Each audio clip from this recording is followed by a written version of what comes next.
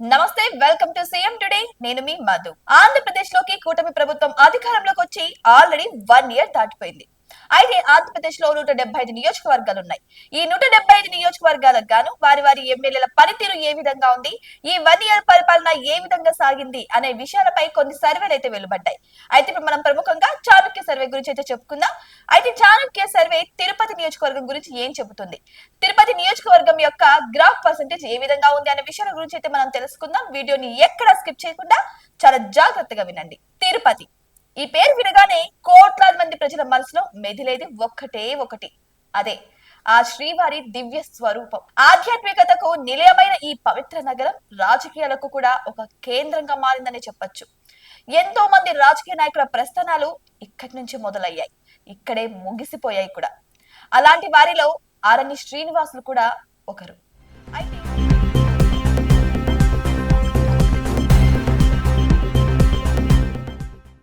అయితే ఆయన తొలి అడుగు తెలుగుదేశం పార్టీలోనే.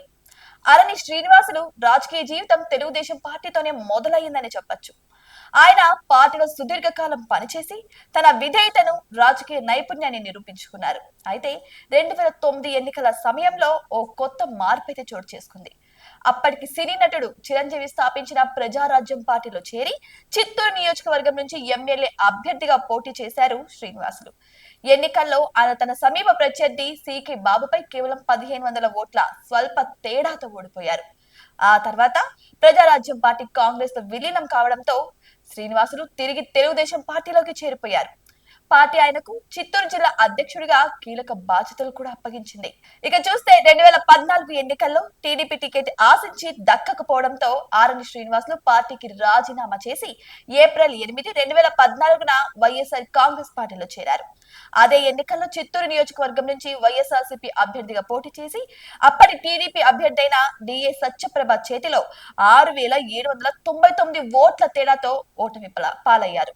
కానీ ఆయన ఓటమిని ఒక పాఠంగా తీసుకొని ప్రజల్లో మరింతగా మమేకమయ్యారని చెప్పొచ్చు. దాని ఫలితంగా 2019 ఎన్నికల్లో అదే చిత్తూరు నియోజకవర్గం నుంచి మళ్లీ వైఎస్ఆర్సీపీ తరపున పోటీ చేసి టీడీపీ అభ్యర్థి ఏఎస్ మనోహర్ పై ఏకంగా 39,968 ఓట్ల భారీ మెజార్టీతో ఘన విజయం సాధించారు.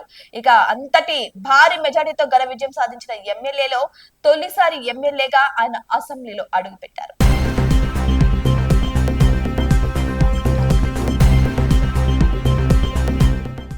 ఇక 2024 ఎన్నికల సమయానికి వైఎస్ఆర్సీపీలో కొన్ని మార్పులు అయితే చోటు చేసుకున్నాయి.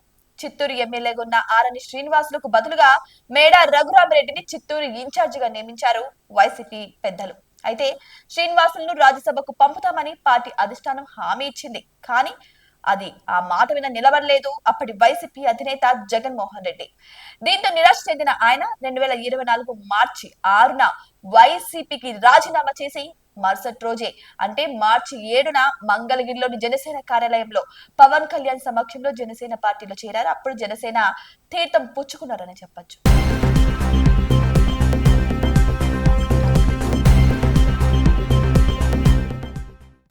ఇక కూటమి అభ్యర్థిగా పోటీ చేసి తిరుపతి నియోజకవర్గ చరిత్రలోనే అత్యధిక మెజార్టీతో విజయం సాధించారు ఈయన. ఒక్క తిరుపతే కాదు, 2024 ఎన్నికల్లో రాయలసీమ మొత్తం మీద వచ్చిన అత్యధిక మెజార్టీ ఆరనిదే అని చెప్పొచ్చు. అయితే 63,000 ఓట్ల మెజార్టీతో తిరుపతి ఎమ్మెల్యేగా ఎన్నికయ్యారు ఆరణి శ్రీనివాసులు. ఆధ్యాత్మిక నగరమైన తిరుపతిలో ఒకప్పుడు టీటీడీలో స్థానిక ఎమ్మెల్యేకు ఎంతో ప్రాధాన్యత ఉండేది. కానీ ఇప్పుడు ఆ పరిస్థితి తారుమారైందన్న గుసగుసలు కూడా బాగానే గుప్పమన్నాయి.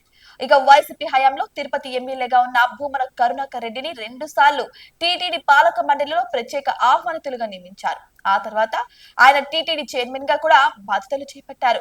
ఆ 5 ఏళ్ల కాలంలో టీటీడీలో కరుణాకర్ రెడ్డి చెప్పిందే వేదంగా నడిచిందని చెబుతుంటారు. ఉద్యోగుల సమస్యలు, స్థానికుల ఇబ్బందులు, సిఫార్సు లేఖల కోసం ఆయనను సంప్రదిస్తే చాలు పనులు జరిగిపోయేవని అంటుంటారు. ఇక అయితే టీటీడీ ఉద్యోగుల ఇళ్ల స్థలాల కేటాయింపు వంటి దీర్ఘకాలిక సమస్యలకు కూడా ఆయన హయాంలోనే పరిష్కారం లభించిందని స్థానిక ప్రజలు చెబుతుంటారు. ఇక సిఫార్సు లేఖలపై దర్శనాల కోసం ఆయనకంటూ ప్రత్యేక కోటా ఉండేదని, దానితో ఎంతో మందికి సహాయం లభించిందని కూడా అంటూ ఉంటారు.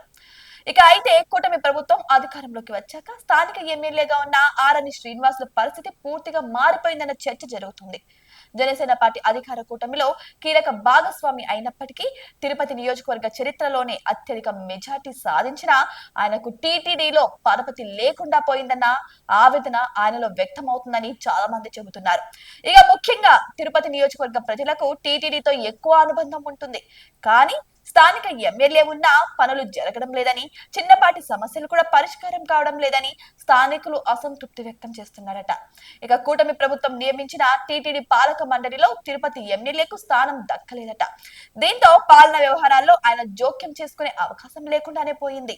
ఇదిలా ఉంటే ఇక గతంలో స్థానిక ఎమ్మెల్యేకు ఉన్న సిఫార్సు లేఖల కోట కూడా ఇప్పుడు బాగా తగ్గిపోయిందని చెప్పుకుంటున్నారు. ఇక దర్శనాల కోసం పార్టీ నేతల నుంచి స్థానికుల నుంచి వచ్చే అభ్యర్థనకు సరిపడా లేఖలు కూడా ఆయనకు దక్కడం లేదని తెలుస్తుంది. ఈ పరిస్థితి చూసి తన సొంత నియోజకవర్గంలోనే టీటీడీ వంటి కీలక సంస్థలు తన మాట చెల్లుబాటు కావడం లేదని ఆరణి శ్రీనివాసరావు మదన పడుతున్నారని అంటున్నారు. ఇక లోకల్ ఎమ్మెల్యేకు ఉండాల్సిన ప్రివిలైజేషన్ కూడా లేకుండా పోయింది ఎలా అని ఆయన ఆవేదన వ్యక్తం చేస్తున్నారని, ఆయన రోదనను ఎవరు వింటారో చూడాలని స్థానిక ప్రజలు, రాజకీయ విశ్లేషకులు కూడా చర్చించుకుంటున్న విషయం అందరికీ తెలుస్తుంది.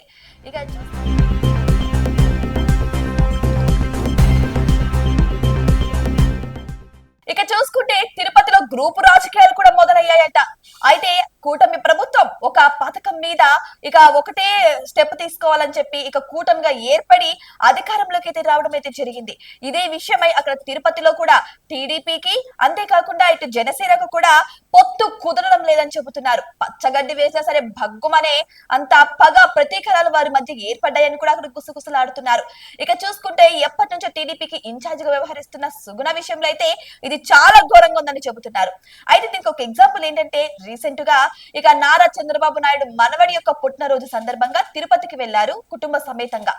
ఆ సమయంలో ఇక టీడీపీ నాయకులకి ఎటువంటి సంబంధించినటువంటి నాయకులైనా సరే వారి ఫ్లెక్స్ లను ఏర్పాటు చేసుకోకూడదు అని అధికారులను ఆదేశించారట ఎమ్మెల్యే శ్రీనివాసులు. ఇదే విధంగా ఇక టీడీపీ యొక్క ఇన్ఛార్జ్ అయినటువంటి సుగుణమ్మ ఫోటోలను, ఫ్లెక్సీలను ఏర్పాటు చేయకోకుండా పక్కా ప్లాన్ ప్రకారమే శ్రీనివాసులు వేశారని సుగుణ అనుకోవడం వల్ల వీరి మధ్య ఇప్పుడు రాజకీయ పోరు రసవత్తరంగా మారిందని చెప్పొచ్చు. ఈ విషయమై ఎన్నోసార్లు అధిష్టానానికి కంప్లైంట్ చేశారు సుగుణ. అయినా సరే ఒకసారి నారా చంద్రబాబు నాయుడు, ఒకసారి ఇక జనసేన అధినేత పవన్ కళ్యాణ్ కూడా శ్రీనివాస్ ను పిలిపించి మరి మందలించినట్టు కూడా తెలుస్తుంది. ఇదే విధంగా గ్రూప్ రాజకీయాలు కూడా అక్కడ చాలా భగ్గుమంటున్నాయి. ఇక రాజకీయాల్లో ఆరణి శ్రీనివాసరావు మంచి పనులు చేసినప్పటికీ కూడా ఈ గ్రూప్ రాజకీయాలను అదుపు చేయలేకపోయారనే విమర్శలు కూడా ఆయన అందుకున్నారు. ఒకప్పుడు ఆయనకు అండగా నిలిచిన వారే తర్వాత ఆయనకు వ్యతిరేకంగా మారడంతో పార్టీలో ఆయన పట్టు కోల్పోయారని చెప్పొచ్చు. ఈ అంతర్గత కలహాలను ప్రత్యర్థులు అవకాశంగా మలుచుకున్నారు. కొన్ని వివాదాలు, ఆరోపణలు కూడా ఆయన ప్రతిష్టను దెబ్బతీశాయని చెప్పొచ్చు. అభివృద్ధి కన్నా ఆయనపై ఉన్న వ్యతిరేకతే ప్రజల మనస్సులో బలంగా నిలిచిపోవడంతో ఆయన రాజకీయంగా వెనుకపడిపోయారని అంటున్నారు. మరి తిరుపతిలో ప్రస్తుతం ఉన్న పరిస్థితిని ఆయన ఎలా ఎదుర్కొంటారు? ఇక టీటీడీలో తన పట్టును తిరిగి ఎలా సాధించుకుంటారు? ఆరణి శ్రీనివాసులు రాజకీయ భవిష్యత్తు ఎలా ఉండబోతుంది? మరి మనం అందరం కూడా వెయిట్ చేసి చూడాల్సిందే. ఇక ఆరణి శ్రీనివాసులు అలాగే వెలుగుతూ ఉంటారా, లేకపోతే తర్వాత ఆయన అలాగే ఆరిపోతారనేది కూడా చూడాలి. అయితే ఈ గ్రూప్ రాజకీయాల వల్ల ఆయన యొక్క పేరు ప్రతిష్ట కూడా కొంత మేరకు తగ్గిందనే చెప్పొచ్చు. సో ఇవన్నీ కూడా ఆయన ఎలా ఎదుర్కొంటారు? తిరుపతి ప్రజలకు దగ్గర అవుతారా, లేకపోతే ఇలాగే వారి మధ్య ఉన్న వ్యతిరేకత అలాగే కొనసాగిస్తారా, లేకపోతే మంచి పనులు చేస్తారా, ఇక టీటీడీలో వారి పట్టును సాధించుకుంటారా అనేది కూడా అందరం వెయిట్ చేసి చూడాల్సిందే. అయితే ఇప్పుడు మనం ముఖ్యంగా చెప్పుకునేది చాణుక్య సర్వేస్ గురించి. అయితే చాణుక్య సర్వేస్ లో వీరి యొక్క గ్రాఫ్ పర్సెంటేజ్ ఏ విధంగా ఉందంటే అసలు ఏం బాలేదు, ఈయన పరిపాలన గురించి అంతంత మాత్రమే ఉందని కొంతమంది అంటే 41% మంది అంటుంటే ఈయన పరిపాలన చాలా బాగుంది, ఇంకా ప్రజలు కూడా అభివృద్ధి చెందుతున్నారు, రోడ్లు, రవాణా సౌకర్యాలు అన్ని బాగుపడుతుంది, ఇంకా విద్య, వైద్యం గురించి ఈయన ప్రత్యేక శ్రద్ధ చూపిస్తున్నారు అని కొంతమంది ప్రజలు, ఆయన పరిపాలన బాగానే ఉందని 47% మంది అయితే అంటున్నారు. మరి ఇప్పుడే కదా అధికారంలోకి వచ్చింది, ఇక రాను తెలుసుకుంటారు. ఎందుకంటే టీడీపీ తరపున ఈయన ఇప్పుడే కాబట్టి రావడం, ఇక అధిష్టానం యొక్క మాటలు విని ఈయన ఏమన్నా చేంజ్ అవుతారేమో, ఇంకా తిరుపతిని అభివృద్ధి చెందిస్తారేమో, ఇక టీటీడీ కాదు ముఖ్యం, ఇక్కడ అధికారంలో ఉన్న వారే ముఖ్యమని తెలుసుకొని అక్కడ మెలుగుతారు అని చెప్పేసి 12% మంది అయితే అంటున్నారు. మరి వెయిట్ చేసి చూద్దాం ఇవన్నీ కూడా కరెక్ట్ అంచనాలా కాదనేది. మరి మీ యొక్క ఎమ్మెల్యే యొక్క గ్రాఫ్ పర్సెంటేజ్ మీరు తెలుసుకోవాలనుకుంటున్నారా? ఇక స్క్రీన్ మీద కనిపిస్తున్న నెంబర్ కి కాల్ చేసి మీ ఎమ్మెల్యే యొక్క పనితీరు గురించి, గ్రాఫ్ పర్సెంటేజ్ గురించి మీరు తెలుసుకోవచ్చు. మరి మీ యొక్క నియోజకవర్గంలో జరుగుతున్న అన్యాయాల గురించి గురించి కానీ లేకపోతే మీ నియోజకవర్గం ఎమ్మెల్యే తీరు గురించి కానీ మాతో షేర్ చేసుకోవాలనుకుంటే కామెంట్ బాక్స్ లో మీరైతే మా ద్వారా మీ అభిప్రాయాన్ని షేర్ చేసుకోవచ్చు. ఇటువంటి మరిన్ని ఇంట్రెస్టింగ్ అప్డేట్స్ కావాలంటే మా ఛానల్ ని సబ్స్క్రైబ్ చేసుకోండి. Thank you so much.